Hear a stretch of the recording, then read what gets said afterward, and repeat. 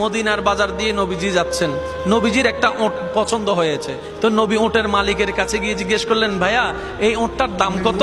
ওই দামাদামি হলো, নবী সে দামে কিনতে রাজি হলেন, কিন্তু নবীর কাছে তখন অর্থ ছিল না। তখন নবীজি ওনাকে বললেন, আপনি আমাকে ওটটা দেন, আমি এখনই গিয়ে আপনার সেই প্রাপ্যটা পাঠিয়ে দিচ্ছি। ওটের মালিক ওনাকে ওটটা দিয়ে দিলেন। আশেপাশে যারা ওটের মালিক ছিল সবাই জিজ্ঞেস করতেছে, এই পাগলা, তুমি কি যাকে ওট দিয়েছো তাকে চিনো?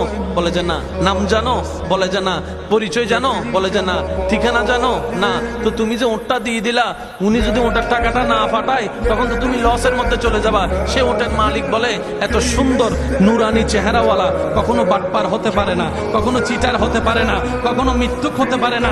ওনার চেহারা দেখেই তো আমি ওট বিক্রি করার আগে মনটাই বিক্রি করে দিয়েছি, মনটাই বিক্রি করে দিয়েছি, মনটাই বিক্রি করে দিয়েছি।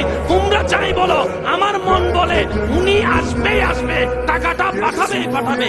এই কথা বলতে না বলতে কিছুক্ষণ পরে নবীজির একজন সাহাবা এসে বলছেন, একটু আগে একজন ওট নিয়ে গিয়েছেন কাছ থেকে, ওটের মালিকটাকে একটু দেখতে চাই। উনি বলে যে আমার থেকে। তো উনি বললেন, আমাদের নবী আপনার থেকে ওটটা নিয়ে গিয়েছেন, ধরেন ওটের টাকাটাও দিয়েছেন, আপনাদের খাবার জন্য কিছু খেজুরও হাদিয়া পাঠিয়েছেন, খেজুরও হাদিয়া পাঠিয়েছেন। ওই ওটের মালিক বলে, ভাইয়া